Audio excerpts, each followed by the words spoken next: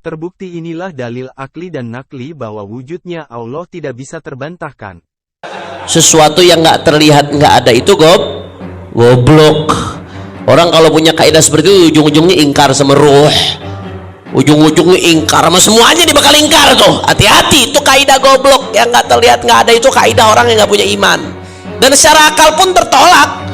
Bagaimana ceritanya yang nggak kelihatan dibilang nggak ada? Kalau Allah bicara tentang zatnya berarti Allah itu ada wujud. Makanya ada kiai satu, profesor, doktor, mengatakan ya di Al-Quran itu nggak ada dalil bahwasanya Allah punya sifat wujud. Allah itu ada. Elunya kurang ngajinya kurang jauh, banyakan makan mecin.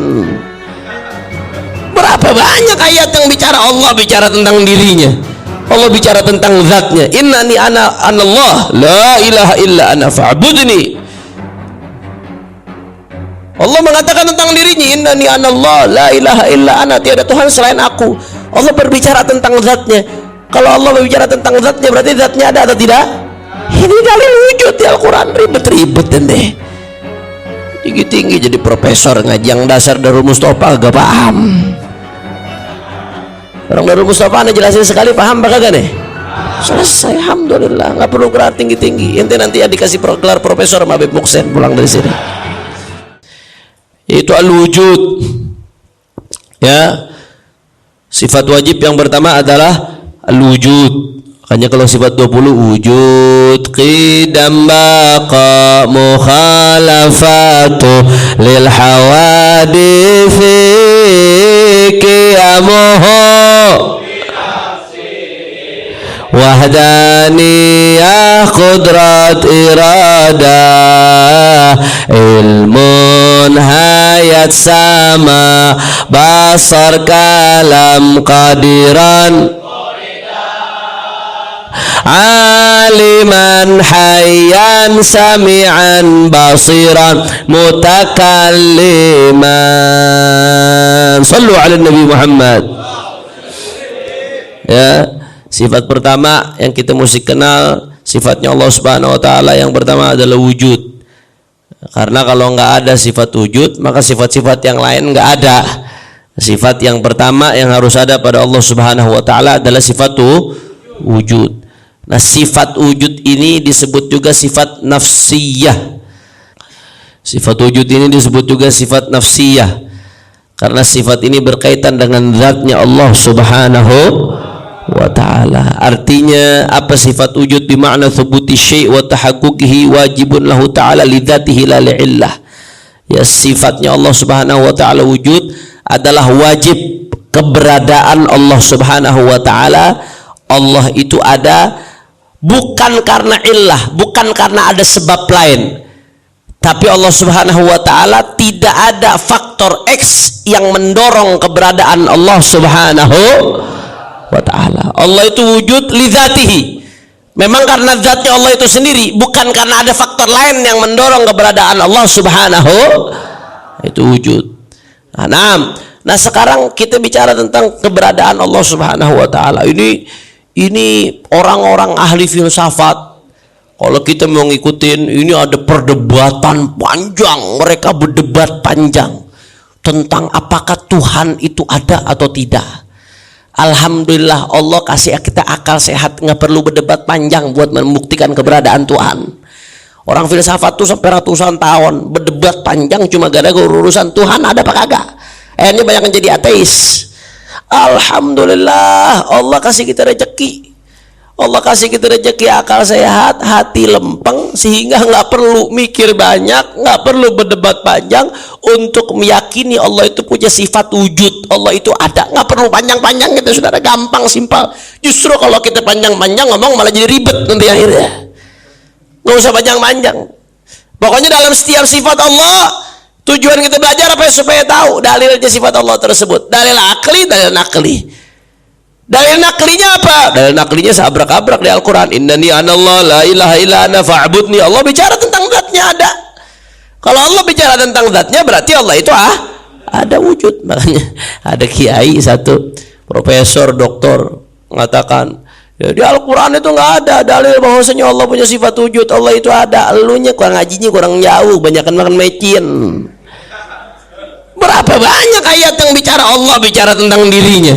Allah bicara tentang zatnya. Innani ana anallah la ilaha illa ana fa'budni. Allah mengatakan tentang dirinya, innani anallah la ilaha illa ana, tiada Tuhan selain aku. Allah berbicara tentang zatnya. Kalau Allah berbicara tentang zatnya, berarti zatnya ada atau tidak? Ini dalil wujud di Al-Quran. Ribet-ribet deh. Tinggi-tinggi jadi profesor ngaji yang dasar Darul Mustafa gak paham. Orang Darul Mustafa anda jelasin sekali paham apa kagak nih? Selesai, alhamdulillah, nggak perlu gelar tinggi-tinggi. Ente nanti ya dikasih gelar profesor sama Habib Muksen pulang dari sini. Allah bicara tentang zatnya, innani anallah la ilaha illa ana fa'budni, tiada Tuhan selain aku maka sembahlah aku. Berbicara tentang zatnya, berarti zatnya ada atau tidak? Selesai.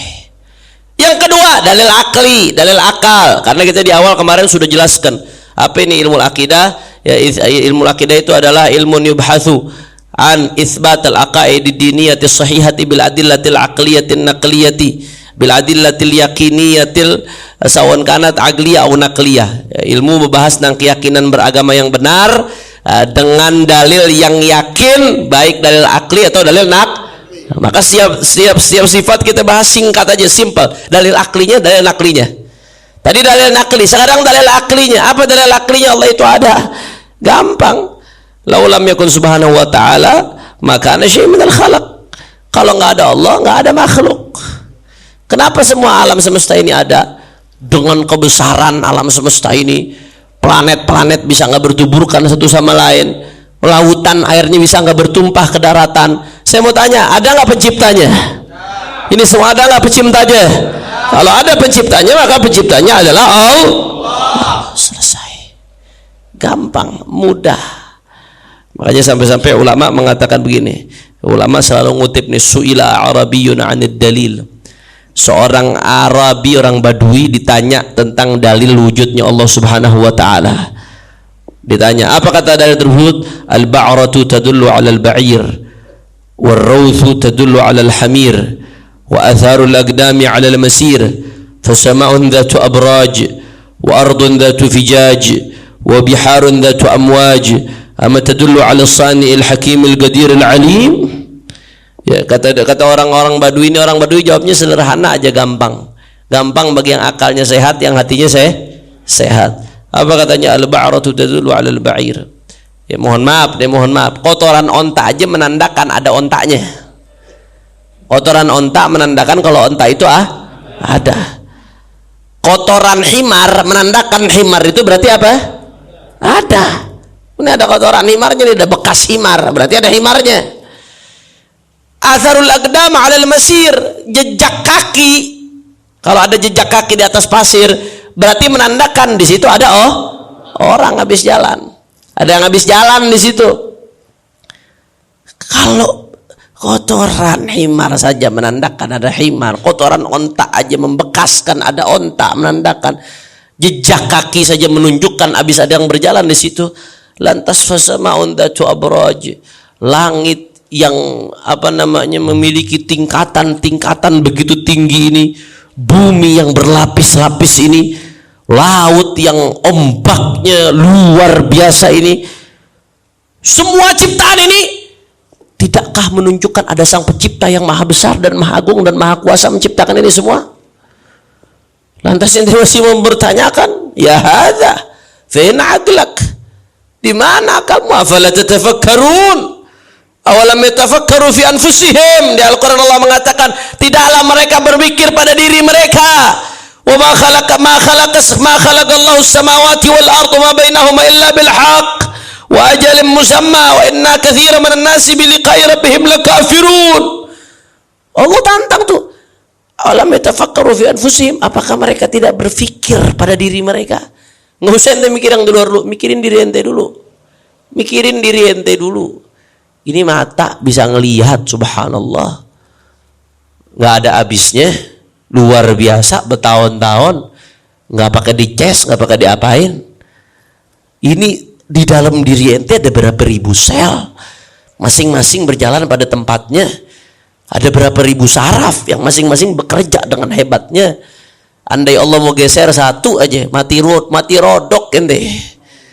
Bergeser satu aja, Anda ngerasain saraf kejepit itu bukan putus. Bergeser dikit, gara-gara ada bengkak, ada pembengkakan, ada bantalan tulang yang sobek, bengkak, bergeser dikit, nggak bisa bergerak kita sebulan pakai kursi roda. Allah tunjukin tuh, ya Allah, nikmatmu luar biasa ya Allah. Darah dia mengalir tetap pada tempatnya, dia nggak ngacak kemana-mana tuh darah. Bayangin kalau ente nangis toto keluar darah, kencing toto keluar darah, tuh darah tahu jalurnya kemana. Nggak bercampur dia sama yang lain. Ente bayangin perut ente dimasukin segala macam bentuk makanan, dia bisa nyerna, dia bisa bekerja dengan baik, dan seterusnya dan seterusnya dan seterusnya. Afala yatafakkaru fi anfusihim awalam yatafakkaru fi anfusihim. Tidaklah mereka berpikir pada diri mereka. Kita kalau memikir pada diri kita saja, manusia saja belum tuntas meneliti tentang diri manusia sendiri. Bagaimana dengan yang lainnya, saudara? Takbir! Allahu Akbar, Allahu Akbar, Allahu Akbar. Maha besar Allah. Belum lagi itu bicara luar angkasa. Belum lagi. Ya Allah, ya Allah. Sedemikian hebat ciptaan Allah Subhanahu wa Ta'ala. Lantas ini enggak menunjukkanmu kepada Sang Pencipta?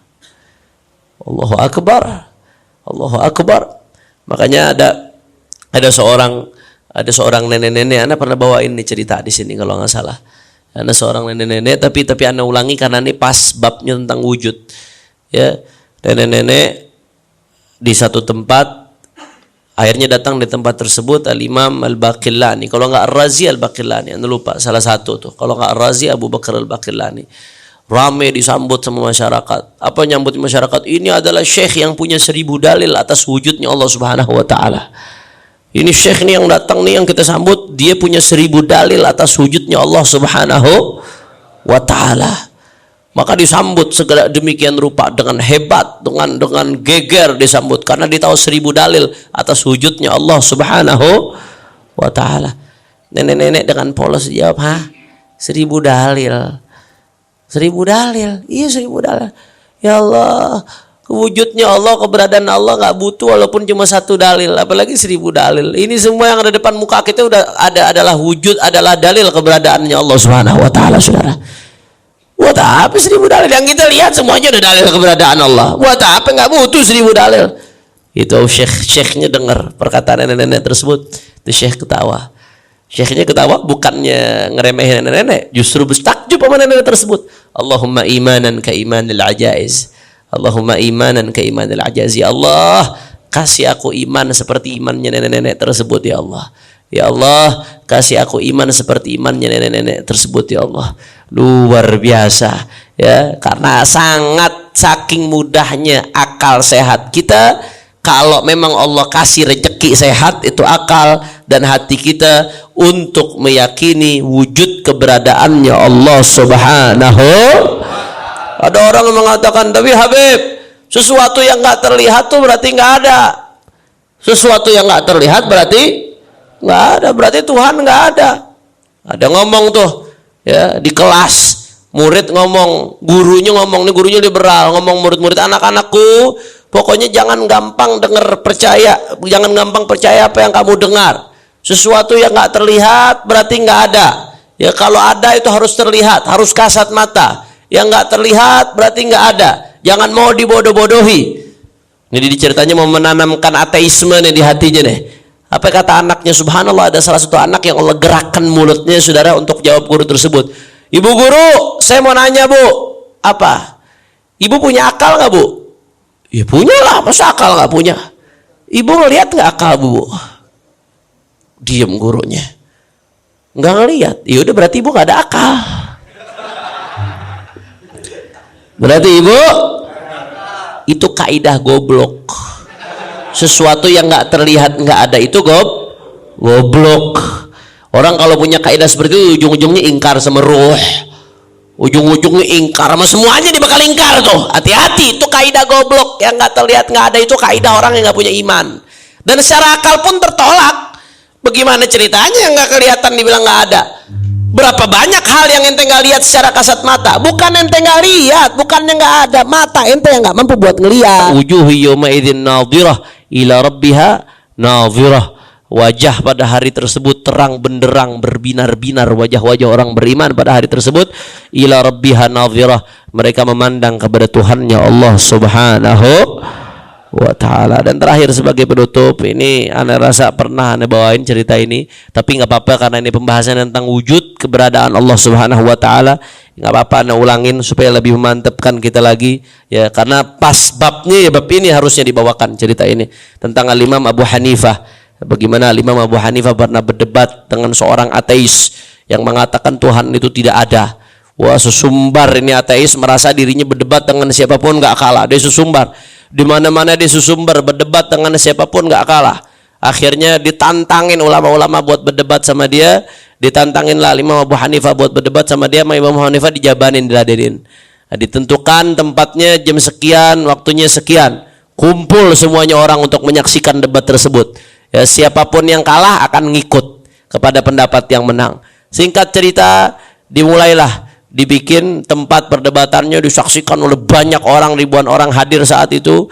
Orang ini ateis ini udah datang, Imam Abu Hanifah sengaja ditelat-telatin. Imam Abu Hanifah ditelat-telatin sengaja. Sesumbar nih orang, sesumbar, wah sesumbar. Abu Hanifah nggak berani, anu udah bilang dari awal dia nggak bakal berani datang. Dia udah kalah nih, wah makin sejam, 2 jam, 3 jam nggak datang Imam Abu Hanifah. Makin sesumbar nih orang, anu udah bilang udah benar nih, ente semua udah ikut sama ana. Itu ulama-ulama udah pada detak-detak, udah deg-degan pada ulama-ulama ini. Bagaimana nih Abu Hanifah nggak datang, ini bisa pada murtad orang ini rame-rame nih. Menang ini ateis ini. Kalau Abu Hanifah nggak datang, bahaya ini, kacau ini, bisa-bisa ini. Singkat cerita, akhirnya apa yang terjadi? Setelah sekian lama Imam Abu Hanifah datang. Nah, datang juga akhirnya. Kenapa kamu Abu Hanifah kok bisa telat? Kata Abu Hanifah, iya, saya ini datang dari seberang lewatin sungai. Tadi begitu saya datang, nggak ada perahu, saya nggak bisa nyebrang. Saya tunggu, akhirnya setelah saya tunggu lama, ada pohon. Itu pohon ngebelah dirinya sendiri. Setelah pohon itu ngebelah dirinya sendiri, dia ngebentuk dirinya sendiri menjadi perahu. Setelah ngebentuk dirinya sendiri jadi perahu, itu pohon nyamperin saya. Saya naik baru ke perahu tersebut, nyebrang sampai kemari, baru saya bisa sampai kemari. Apa kata Tuh Ateis? Wah, udah gila Abu Hanifah. Mana bisa pohon ngebentuk dirinya sendiri begitu jadi perahu? Udah gila nih. Mana ada, ngawur Abu Hanifah nih. Nggak bener nih pikirannya, ngawur, ngaco. Masa iya perahu bisa ngebentuk dirinya sendiri dari pohon? Kenapa? Iya, masa perahu ngebentuk dirinya sendiri? Mana mungkin perahu bisa jadi kalau nggak ada yang bikin perahunya? Kata Imam Hanifah, perdebatan ini udah selesai, Anda menang. Lo kenapa kok bisa? Anda bilang perahu ngebentuk dirinya sendiri aja ente nggak percaya, bagaimana dengan alam semesta? Perahu ngebentuk dirinya sendiri ente nggak percaya. Terus ente bilang alam semesta ngebentuk dirinya sendiri, Tuhan nggak ada. Yang gila ente. Faham? Kalau perahu saja yang kecil nggak ada yang bikin, ente nggak percaya, bagaimana dengan alam semesta? Langit, bumi, darat, lautan yang sempurna penciptaannya luar biasa. Lantas kau mengatakan nggak ada penciptanya? Allah Subhanahu wa ta'ala nggak ada? Udah, perdebatan udah selesai. Ini orang kalah, tenang semua hati umat Islam, dan semuanya yang tadinya sudah ragu akhirnya yakin lagi dengan Islam berkat kecerdasan Imam Abu Hanifah. Artinya kalau kita bicara tentang dalil keadaan adanya Allah Subhanahu wa ta'ala, dalil keberadaan Tuhan, ya alam semesta ini tanpa pencipta tak mungkin alam semesta ini ada. Maka penciptanya adalah siapa? Penciptanya adalah Tuhan yang Maha Kuasa, Allah Subhanahu. Mudah-mudahan Allah kuatkan iman kita, Allah kuatkan Islam kita, Allah kuatkan akidah kita. Insya Allah kita bertemu di pertemuan berikutnya. Insya ini saja yang saya sampaikan. Lebih kurangnya mohon maaf. Mudah-mudahan bisa bermanfaat. Hadani Allah wa iyyakum. Jangan bubar dulu, selesaikan burdahnya. Hadani Allah wa iyyakum ila siratihil mustaqim. Walafu minkum. Wassalamualaikum warahmatullahi wabarakatuh.